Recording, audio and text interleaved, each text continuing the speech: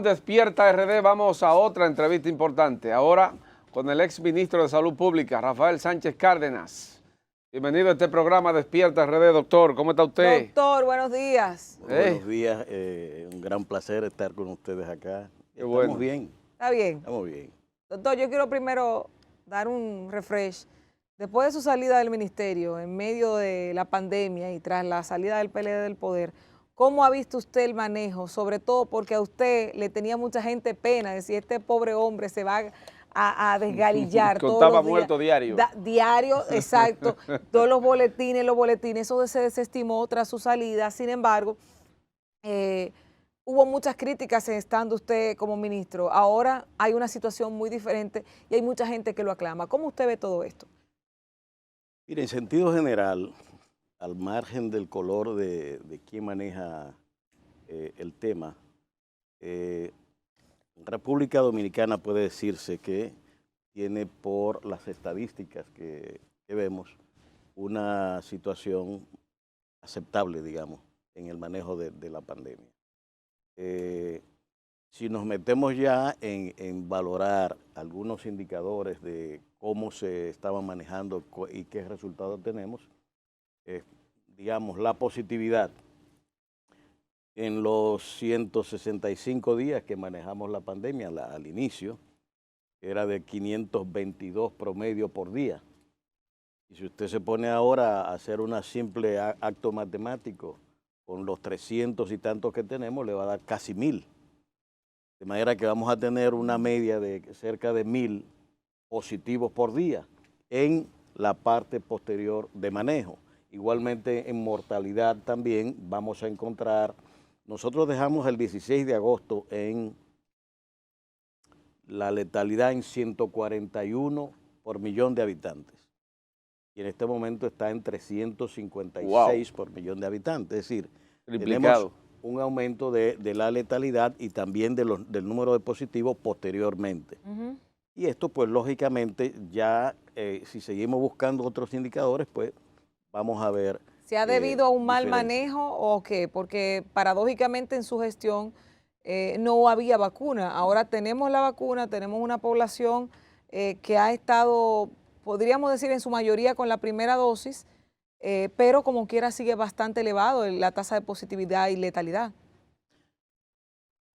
Digamos algunos elementos así que he estado señalando. El elemento, vamos a decir, el esquema básico de planificación que hicimos se ha estado siguiendo con las siguientes salvedades. Número uno, en materia de comunicación, se abandonó la rueda de prensa y lógicamente ahí se creó una suerte de vacío, un hueco en la opinión pública que estaba acostumbrada a que a veces un poco cansado de la pero recibía la información de esto, pero además el intercambio con los periodistas y los medios era constante. Eso genera un vacío y creo que en la población se reflejó en una suerte de relajación de la actitud que tenía de vigilancia, de estar activo frente a la defensa que debía tener. Fuera de ese tema comunicacional está el otro de la transición, la sustitución de la gente que había ganado el expertise en el manejo de la pandemia, fueron sustituidos y echados a un lado y traído personal que, si bien vienen de la clínica, no tenían absolutamente una expertise alguno en el manejo de estos problemas, sobre todo desde el ámbito de salud pública, que es bueno saber, no es lo mismo estar hablando del manejo a la cabecera de cama de un paciente que estar hablando de medidas de salud pública y epidemiológica. Son dos cosas, dos procedimientos y metodologías diferentes que implican derivaciones políticas en la toma de decisiones. Lo estamos viendo ahora con el tema de las dosificaciones nuevas que se han impuesto. ¿Cuál es su visión de esa tercera dosis que se busca aplicar en República Dominicana contra el COVID-19 en este momento, hasta hoy, 5 de julio de 2021? Bueno, yo creo que lo hemos repetido varias veces. No hay evidencias concluyentes que permitan establecer la necesidad de la tercera dosis. Eso no significa, y lo quiero señalar, que a futuro no haya que hacer refuerzo de la inmunidad que estamos llevando a la población actualmente. lo que manda ahora mismo el librito, digámoslo de alguna manera, es que concluyamos y avancemos en el plan que veníamos llevando. Si tenemos un 63% de gente que tiene una dosis, pues esa gente ponerle su segunda dosis. Tenemos un 38% en el último boletín que se ha emitido con las 2 dosis, lo que significa que tenemos un 62% de personas que necesitan una segunda dosis. Y si sumamos las personas que tienen primera dosis y cerca de un 30%, 28% que no tienen ninguna, tenemos entonces más del 60% de la población en un estado de vulnerabilidad, porque sabemos que una dosis no es suficiente para producir las defensas suficientes frente al coronavirus.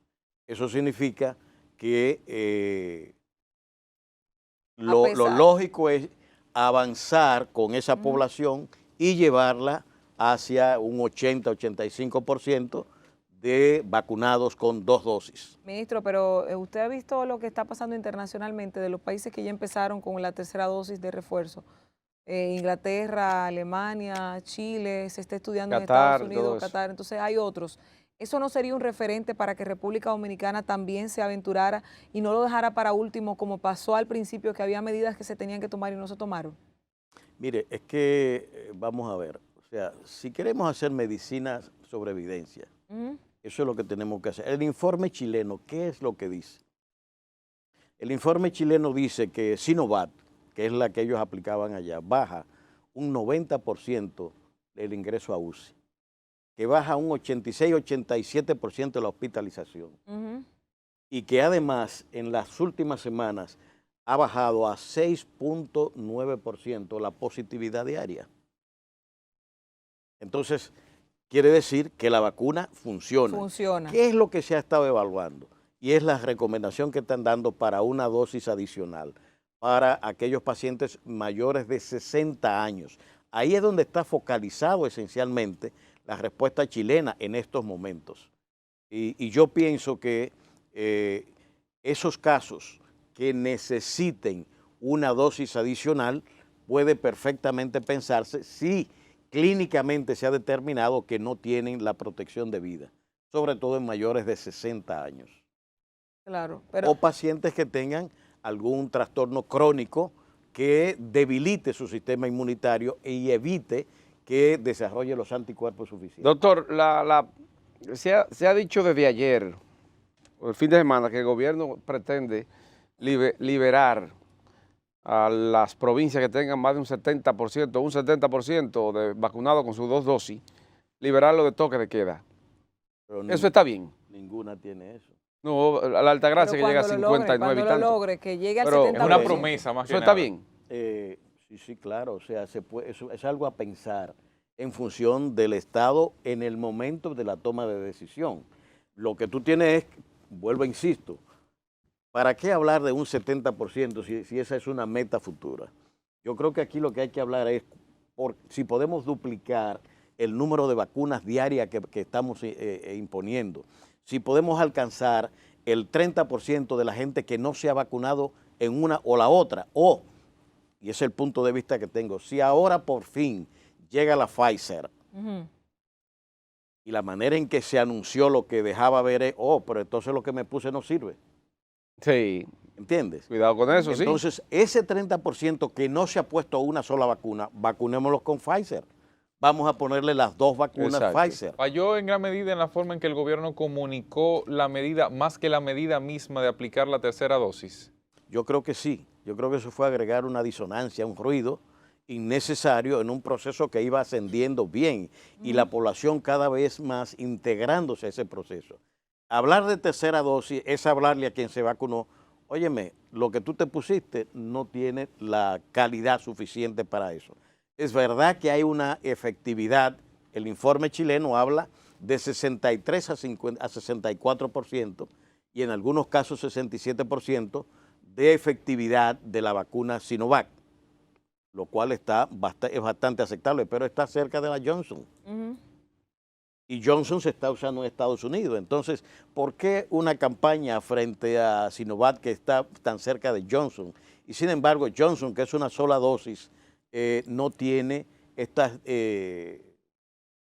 diatribas en los medios, etcétera. No solamente Yo creo eso. que aquí hay que tomar en cuenta la guerra comercial con las vacunas que se ha desatado y con los países que han establecido una rivalidad geopolítica Claro. que se está Doctor, expresando pero en las el vacunas. gobierno sabe que baja la protección de la Sinovac.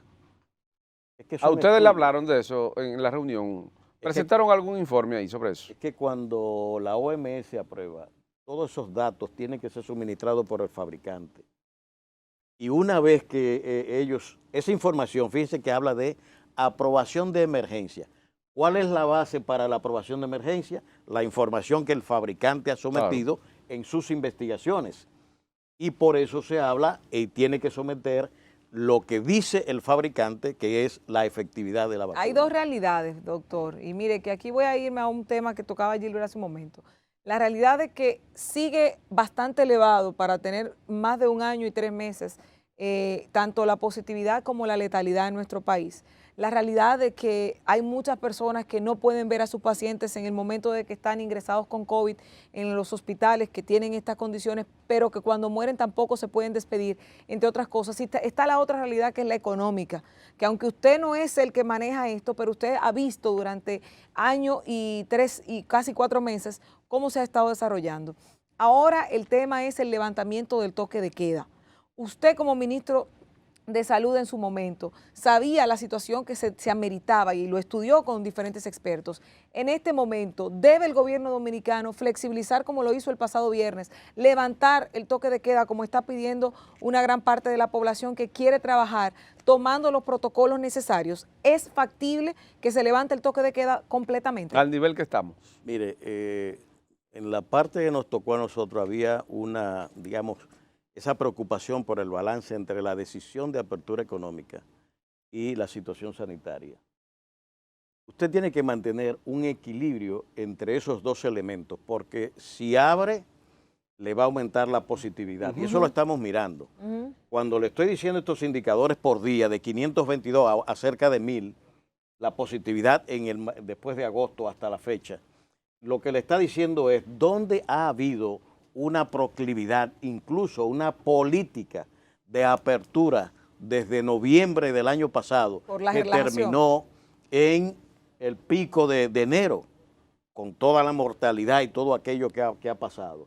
Y posteriormente lo que estamos viendo es exactamente igual. Es decir, el tema de la apertura no puede verse desligado del tema de la situación sanitaria. Es verdad que las empresas están en un momento difícil, pero no es un tema nacional. Eso es un tema internacional que ha estado afectando a las economías de todas partes.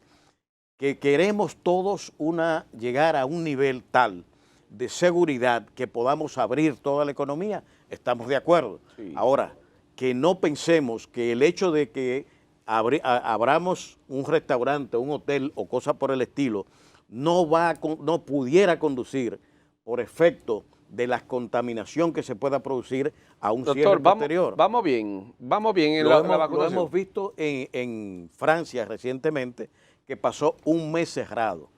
París hecho un cementerio. Y España también. Con todos los restaurantes cerrados, aquella vida citadina tan movida del país que más turistas atrae del mundo. Sí.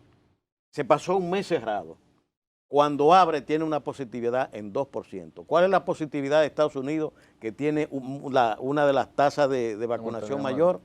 1%. Nueva York por lo menos. El nivel de positividad. Nueva York tiene hoy un 1%. Ahí, doctor. Pero la tasa de vacunación ha subido pero preguntarle ahí, Cristian, discúlpeme, doctor, ¿se necesita mayor agresividad en la jornada de vacunación? Yo creo que para sí. elevar eso. ¿Es la vacunación la llave? Es una combinación. El hecho de vacunarse, y estamos viendo algunas reinfecciones, no significa que usted no se pueda reinfectar.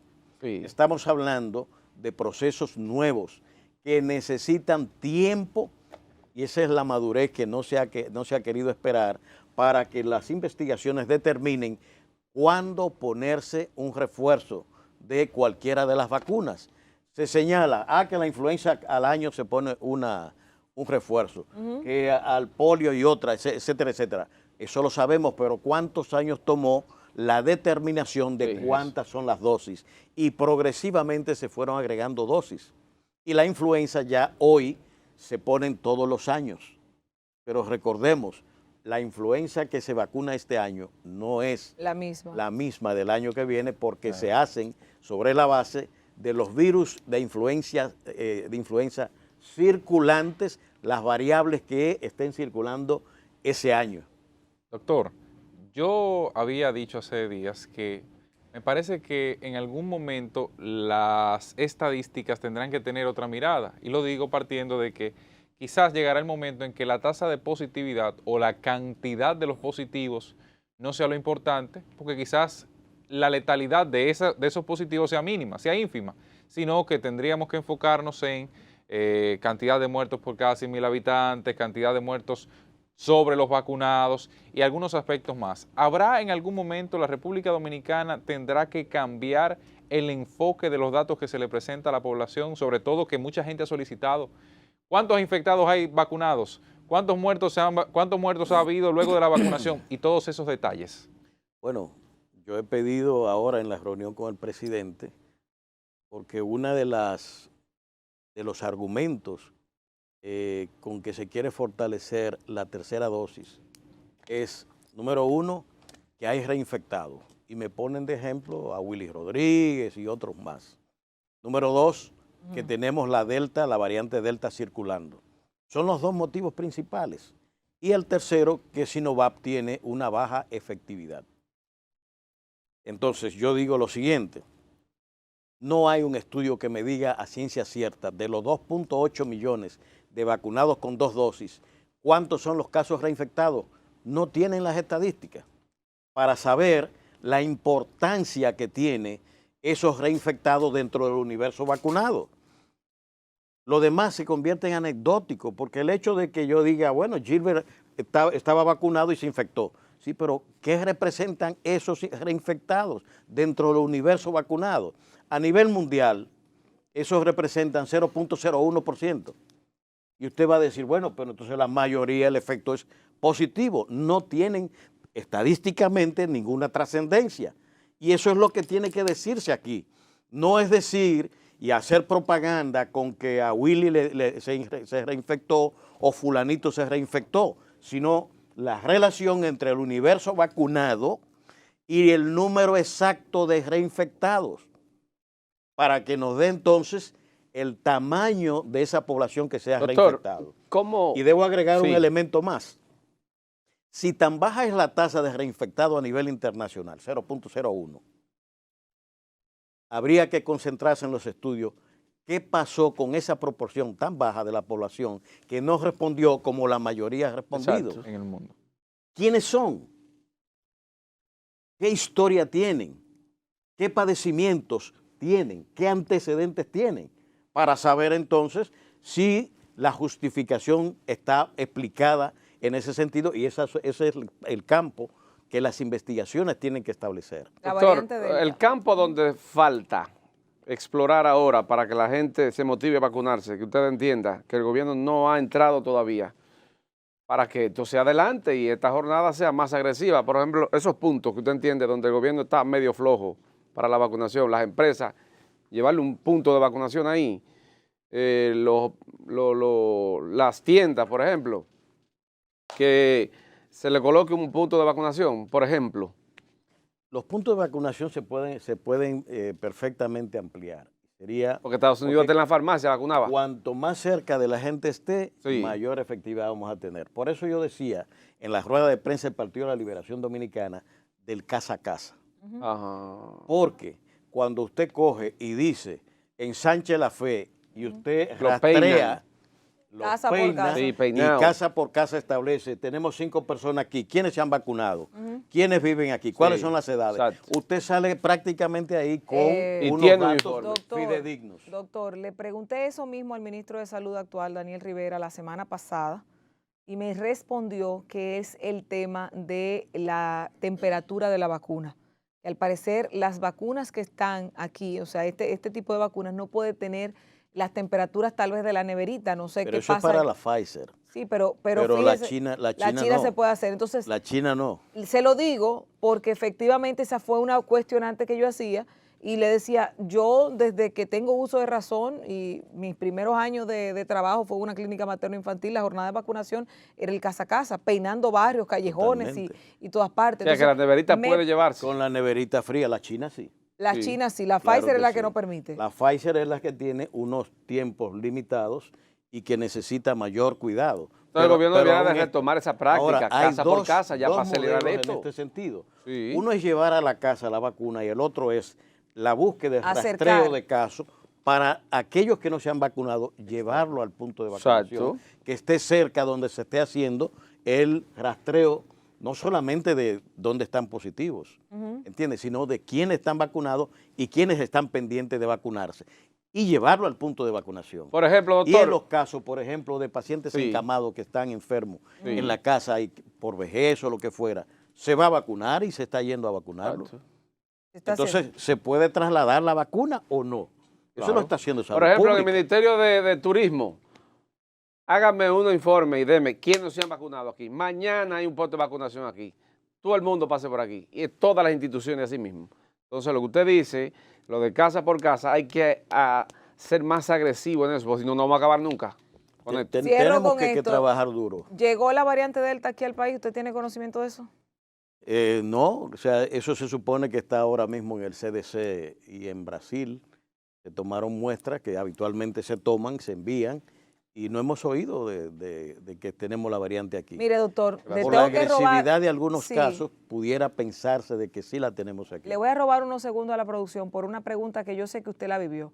En su gestión se decía que había una subvaluación de las estadísticas, que había un subregistro y que no se estaba diciendo la verdad a la población. Sobre todo usted ha mencionado aquí al Centro de Control de Enfermedades de los Estados Unidos, que tiene operaciones en todas las partes del mundo.